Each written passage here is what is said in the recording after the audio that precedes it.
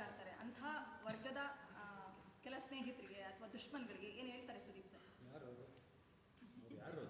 Like ಈಗ ನಮ್ಮ ಸಹಾಯ ತಗೊಂಡಿರ್ತಾರೆ ಸರ್, ನಾವು ಸಹಾಯ ಮಾಡಿರ್ತೀವಿ, ಯಾರಿಗಾದ್ರೂ ಆಗಿರ್ಬೋದು, ನಾವು ಹೆಲ್ಪ್ ಮಾಡಿರ್ತೀವಿ.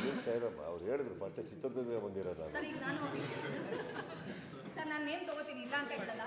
ಒನ್ ಟೈಮಲ್ಲಿ ದರ್ಶನ್ ಸರ್ ಮತ್ತು ವಿಜಯಲಕ್ಷ್ಮಿ ಮೇಡಮ್ ಮಧ್ಯೆ ಮನಸ್ತಾಪಗಳು ಬಂದಾಗ ವಿಜಯಲಕ್ಷ್ಮಿ ಮೇಡಮ್ ಜೊತೆಗೆ ಅವ್ರ ಪರವಾಗಿ ನಿಂತು ಒಂದು ಸುದ್ದಿಗೋಷ್ಠಿ ಮಾಡಿ ಅವರಿಗೆ ಸಾಂತ್ವನ ಹೇಳಿದಂಥವ್ರು ಸುದೀಪಣ್ಣ.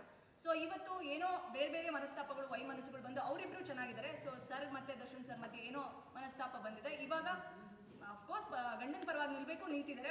ಬಟ್ ಅವತ್ತು ಕಣ್ಣೀರು ಹೊಸಕ್ಕೆ ಸುದೀಪ್ ಸರ್ ಬೇಕಾಗಿತ್ತು. ಇವತ್ತು ಅದೇ ಕೆಂಡಕಾರದಕ್ಕೆ ವಿಜಯಲಕ್ಷ್ಮಿ ಅವರು ನಿಂತಿದ್ದಾರೆ ಅಂತ ಅನ್ನೋದು ನನಗೂ ಅನ್ನಿಸ್ತಾ ಇದೆ ಎಲ್ಲ ಒಂದು ಕಡೆ. ಸೊ ಇದಕ್ಕೆ ಸುದೀಪ್ ಸರ್ ಏನು ರಿಯಾಕ್ಟ್ ಮಾಡ್ಬೋದು ಅಂತ?